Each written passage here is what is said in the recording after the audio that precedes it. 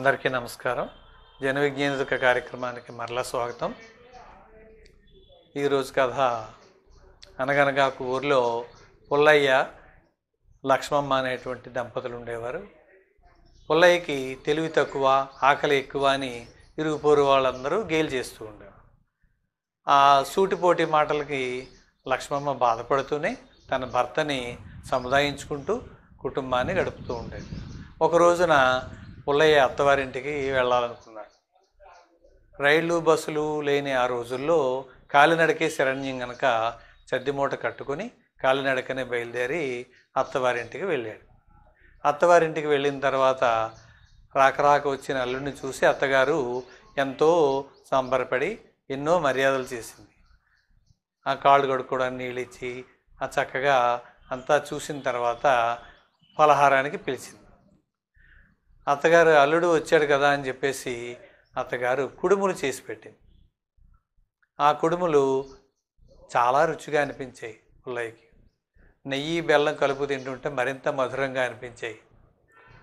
మరిన్ని తినాలనిపించింది. కానీ అత్తగారి ముందు తన బెట్టు పోతుందనేటువంటి ఆలోచనతో మళ్ళీ అడగడం అనుకున్నాడు. ఇంటికి వెళ్ళిన తర్వాత తన భార్యతో చేయించుకోవచ్చులే అనుకున్నాడు. తర్వాత భోజనం అయిన తర్వాత సాయంత్రం ఇంటికి బయలుదేరే సమయంలో అత్తగారిని అడిగాడు. అత్తగారు, ఉదయం మీరు నాకు చేసి పెట్టిన పిండి వంట పేరేమిటి అని. వాటిని కుడుములు అంటారు నాయన అని అత్తగారు చెప్పింది. అయితే ఈ కుడుములు చేయడం నా భార్యకు వచ్చా అని అడిగినప్పుడు తప్పకుండా వచ్చు బాబు, నాకన్నా బాగా చేస్తుంది మా అమ్మాయి ఈ కుడుముల్ని అని చెప్పి అత్తగారు చెప్పింది. మన పుల్లయ్య అసలే తెలివి తక్కువ వాడు, పైగా మందమతి, మతిమరుపు కదా. అందుకనే అత్తగారు చెప్పిన కుడుములు కుడుములు అన్న మాటను పట్టుకుని కుడుములు కుడుములు కుడుములు అనుకుంటూ బయలుదేరాడు. కొంత దూరం అలా వెళ్ళేసరికి దారిలో ఒక కాలువ అడ్డు వచ్చింది. అసలే వయసులో ఉన్నాడేమో. ఆ కాలువని ఎగిరి దూకాలనుకున్నాడు. వెంటనే పంచి అగ్గట్టి ఎగిరి ఐసర్ బజ్జ అంటూ ఒక్కసారి కాలువని ఎగిరి దూకాడు. ఈ ఐసర్ బజ్జ అంటూ కాలువ దూకడంలో ఈ కుడుములు అన్న మాట మరిచిపోయి ఐసర్ బజ్జ అనుకుంటూ ఇంటికి చేరాడు. ఇంటికి చేరిన భర్తను చూసి లక్ష్మమ్మ ఎంతో సంతోషంగా ఆహ్వానించి మంచం పరిచి దుప్పటి వేసి రండి కూర్చోండి, అత్తింటి విశేషాలు చెప్పండి అన్నప్పుడు తను కూర్చుని తీరిగ్గా అత్తారి విశేషాలు చెప్పడం మొదలుపెట్టాడు. అత్తగారు నన్ను ఎంతో ప్రేమగా చూసింది, ఎన్నెన్ని మర్యాదలో చేసింది, నాకు ఐసర్ బజ్జీలు వండి పెట్టండి, ఎంతో రుచిగా ఉన్నాయి. ఆ ఐసర్ బజ్జీలు నువ్వు కూడా వండవా, నీకు బాగా వచ్చు కదా అన్నాడు. ఐసర్ బజ్జీలు అంటే నాకు తెలియదు మొర్రో, ఆ పిండి వంట నేను ఎప్పుడూ వినలేదని లక్ష్మమ్మ అంది. అలా కాదు, నువ్వు చాలా బాగా చేస్తావుట కదా అన్నాడు. నీకు ఈ విషయం ఎవరు చెప్పారు అన్నప్పుడు మీ అమ్మే చెప్పింది అని. అయితే ఐసర్ బజ్జీలు అన్నది నాకు తెలియదు, నాకు రాదు మొర్రో అని లక్ష్మమ్మ ఎంత మొత్తుకున్నా పుల్లయ్య వినిపించుకోవట్లే. చివరికి పుల్లయ్యకి బాగా కోపం వచ్చింది. ఎన్నిసార్లు చెప్పినా తను చేయనంటుంది, నేను చెప్పింది వినిపించుకోవట్లేదు అని ఆ పిచ్చి కోపంలో దగ్గరలో ఉన్న దుడ్డుకర్ర తీసుకుని లక్ష్మమ్మని ఎడాపెడా బాదాడు. లక్ష్మమ్మకి పాపం కాళ్ళు చేతులు నడుము వీపంతా కందిపోయి కదుములు కట్టాయి. ఈ అల్లరి గోల విని ఇరుగు పొరుగు వాళ్ళంతా చేరి పుల్లయ్య చేతిలో ఉన్నటువంటి కర్రలు లాక్కుని బయటపడేసి, ఎందుకయ్యా భార్యని అంతా అలా కొడతావు, చూడు ఆ అమ్మాయి ఒళ్ళంతా ఎలా కుడుములు కట్టేసిందో అని మందలించేటప్పటికి అప్పుడు కుడుములు అన్నమాట హఠాత్తుగా గుర్తుకొచ్చింది. ఇదిగో కుడుములు వండమంటే నా భార్య వండనంది, అందుకే కొట్టాను అని చెప్పాడు. అయితే కుడుములను నువ్వు చెప్పకపోతేవి ఐసర్ బజ్జీలు ఉండు అని నా ఒళ్ళు హోనం చేసావు కదయ్యా అంటూ భార్య అనగానే ఇరుగు పొరుగు వాళ్ళంతా జరిగిన విషయాన్ని గ్రహించి తన్ని బాగా మందలించారు. తన తెలివి తక్కువ స్థానానికి మతిమరుపుకి పుల్లయ్య చాలా సిగ్గుపడ్డాడు. సిగ్గుపడ్డ తర్వాత మరుసటి రోజున ఉదయం లక్ష్మమ్మ ఐసర్ బజ్జీలు కాదు కుడుములు విరివిగా వండిపెట్టింది. భార్యాభర్త ఇద్దరూ నవ్వుకుంటూ హాయిగా తిన్నారు. అప్పటి నుంచి పుల్లయ్యకు ఐసర్ బజ్జీ పుల్లయ్య అనే పేరు వచ్చింది.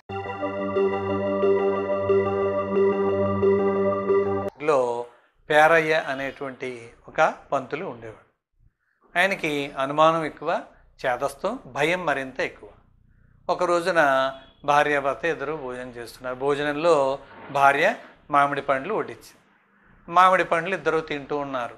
ఆ తింటూ ఉన్న క్రమంలో భార్య తింటున్న మామిడి పండులోని టెంక ఎగిరి ఈయన కంచంలో పడింది. పడగానే అయ్యయ్యో, నా భార్య ఎంగిలి చేసిన మామిడి టెంక నా కంచంలో పడింది, నాకు ఎంతో పాపం తగిలిందే, నేను ఈ పాపాన్ని పోగొట్టుకోవాలంటే ఎలాగా అంటూ ఎంతో మదన పడిపోయాడు. చివరికి నేను కాశీ వెళ్ళిపోతాను, కాశీ వెళ్ళి అక్కడ పరిహారం చేసుకుంటాను ఈ పాపానికి అని కాశీ బయలుదేరాడు. ఎవరెంతమంది నచ్చ చెప్పినా వినిపించుకోవాలి.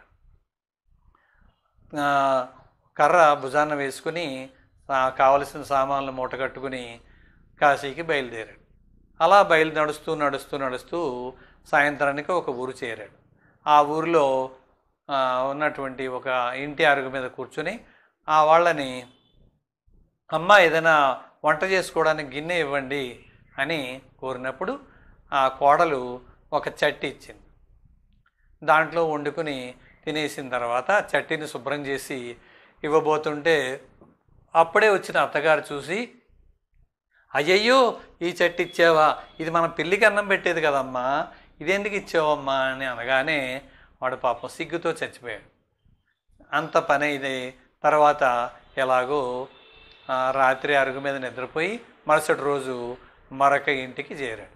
అలా వెళుతూ ఉండగా అక్కడ కూడా సాయంత్రం వారిని గిన్నెలు అడిగి వంట చేసుకుని తిన్న తర్వాత, భోజనం తర్వాత తాంబూలం వేసుకునే అలవాటు ఉన్న అలవాటు కనుక తనకి ఒక వక్క పలుకు కావాలి అని ఇంటి వాళ్ళని అడిగినప్పుడు ఒక వక్కను తెచ్చిచ్చింది ఇంటికి. అలా ఆ ఇంటి ఆవిడ వక్కను ఎప్పుడైతే తెచ్చిచ్చిందో ఆ వక్కను తీసుకుని పట్టుకుని కొరికాడు.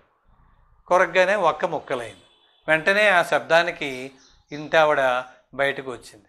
ఆహాహా, ఎంత బలవంతులండి మీరు, మీ దంతాలు ఎంత గట్టివి, ఇన్నిసార్లు ఎంతమందికో ఈ వక్కనిచ్చాం, మా ఇంట్లో ఎవ్వరూ కూడా ఈ వక్కను కొరకలేకపోయాం, మా ఇంటికి అనేక మంది అతిథులు వచ్చారు, ఎవ్వరూ కూడా ఈ వక్కను కొరకలేకపోయారు, మీరు ఒక్కరే ఈ వక్కను కొరకగలిగారే, ఆహా మీ దంతాలు ఎంత గట్టివండి అంటూ మెచ్చుకోసాగింది.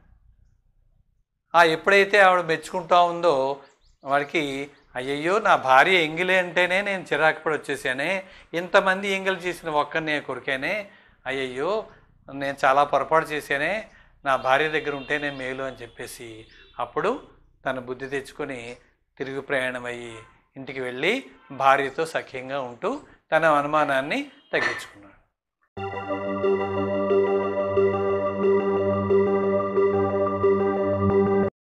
ఒకరోజు తెనాలి రామలింగడు తన వీధి అరుగు మీద కూర్చుని కవులందరితో ముచ్చటిస్తున్నాడు. కవులందరూ తన్ని ఏదేదో సందేహాలు అడుగుతుంటే ఆ సందేహాలకి ఆయన నివృత్తి చేస్తూ వాళ్ళందరినీ నవ్విస్తున్నాడు. రామలింగడు సహజ లక్షణమైనటువంటి చమత్కారంతో అందరినీ నవ్విస్తూ ఉన్నాడు. ఈలోగా అక్కడికి ఒక సన్యాసి వచ్చాడు. ఆ సన్యాసిని చూసి అందరూ గౌరవంగా రండి కూర్చోండి అని అరుగు మీదకి ఆహ్వానించారు. ఆ సన్యాసి వచ్చి కూర్చున్నాడు. కూర్చొని చక్కగా అందరూ నమస్కారం చేస్తే కనీసం ప్రతి నమస్కారం కూడా చేయకుండా అలా కూర్చుని తన గురించి తాను గొప్పలు చెప్పుకోవడం మొదలుపెట్టాడు. ఇక ఆపట్లేదు. ఈ భూలోకంలో పాపాలు చాలా నిండిపోయి చిన్నవాళ్ళు పెద్దవాళ్ళని గౌరవించట్లేదు, ముఖ్యంగా స్వామిని అసలు ఎవరు గౌరవించట్లేదు, అందుకనే నేను ప్రతిరోజు రాత్రి స్వర్గానికి వెళ్తున్నాను అన్నారు. ఎలా వెళ్తున్నారు, అలాంటి మీలాంటి మహానుభావులు ఇక్కడ ఉండలేకపోతున్నారా ఈ ప్రజల మధ్య అంటే, అవును అందుకే ప్రతి రాత్రి నేను స్వర్గానికి వెళ్తాను, వెళ్ళి రాత్రంతా అక్కడ గడిపి ఉదయాన్న మళ్ళీ మన భూలోకం చేరతాను, ఎందుకంటే ఈ శరీరంతో స్వర్గంలో ఉండనివ్వరు కదా అన్న. తెనాలి రామలింగడికి అర్థమైంది విషయం. అయితే మహాప్రభు మీరు చాలా గొప్పవారు, ప్రతిరోజు స్వర్గానికి వెళ్ళి రాగలుగుతున్నారంటే చాలా గొప్ప విషయం, మీరు అయితే 4వ స్వర్గం కూడా చూసి ఉండాలి అన్నాడు. అయ్యో 4వ స్వర్గమా, 4వ స్వర్గం నేను వినలేదే, కానీ వినలేదు చూడలేదంటే రామలింగడి దృష్టిలో లోకు అయిపోతాను సన్యాసి. అయ్యో వెళ్ళకే, తప్పక వెళ్ళాను, అక్కడే చూశాను, రాత్రి అంతా అక్కడే ఉన్నాను అన్నాడు. అయితే ఆ స్వర్గంలో ఆకాశగంగ ఉంది కదా, దాంట్లో మీరు మునిగారన్నారు. అయ్యో మునిగానయ్యా, తప్పకుండా మునిగాను, ఎంతో ఆనందంగా అనిపించింది నాకు అన్న. సరే అయితే అక్కడ ఆ ఆకాశగంగ ఒడ్డున ఉన్న ఇసుకల చూసారా మీరు? అది బంగారు రంగులో మెరిసిపోతూ ఉంటుంది, దాని మీద నడుస్తుంటే గాల్లో తేలిపోతున్నట్టు ఉంటుంది. అప్సరస్సులు దేవతలు అందరూ కూడా సాయంత్రం పూట దాని మీద నాట్యం చేస్తూ ఉంటారని సన్యాసి మరింత గొప్పలు చెప్పడం మొదలుపెట్టాడు. తర్వాత ఈ కబుర్లంతా విన్నటువంటి కవులందరికీ ఇవన్నీ ఉట్టి కూతలు అని అర్థమైపోయింది. కానీ అతనికి సమాధానం చెప్పే ధైర్యం వాళ్ళకి లేక ఊరుకున్నారు. కానీ రామలింగడు ఊరుకుంటాడా? రామలింగడు సామాన్యుడా మరి? అయితే అప్పుడు రామలింగడు ఏమన్నాడంటే సన్యాసితో, ఓ సన్యాసి, మీరు ఆ 4వ స్వర్గంలో తిరిగేటప్పుడు ఆ నది ఒడ్డున ఇసుకలో మీరు నడిచేటప్పుడు మీ కాళ్ళకు మెత్తగా ఏదైనా అనిపించిందా అన్న. అయ్యో ఎందుకు అనిపించలేదు, ఆ ఇసుకలో ఉన్న గంధం పొడి రంగులో నూరినట్లు మెత్తగా ఉంటుంది, ఎంత చక్కటి సువాసన వస్తుంది అది అని ఎంతో చెప్తూ వచ్చాడు, ఎంతో గొప్పగా. ఓహో అదా, అది నా గుర్రం వేసిన పేడలండి, నేను కూడా 4వ స్వర్గానికి రాత్రి వెళ్ళొచ్చాను కదా అన్నాడు రామలింగడు. రామలింగడు ఎప్పుడైతే ఇలా అన్నాడో కవులందరూ పక్కున నవ్వారు. సన్యాసి సిగ్గుపడి అక్కడి నుంచి లేచి వెళ్ళిపోయాడు. రామలింగడి తెలివికి కవులందరూ కూడా ఆయన అభినందించారు.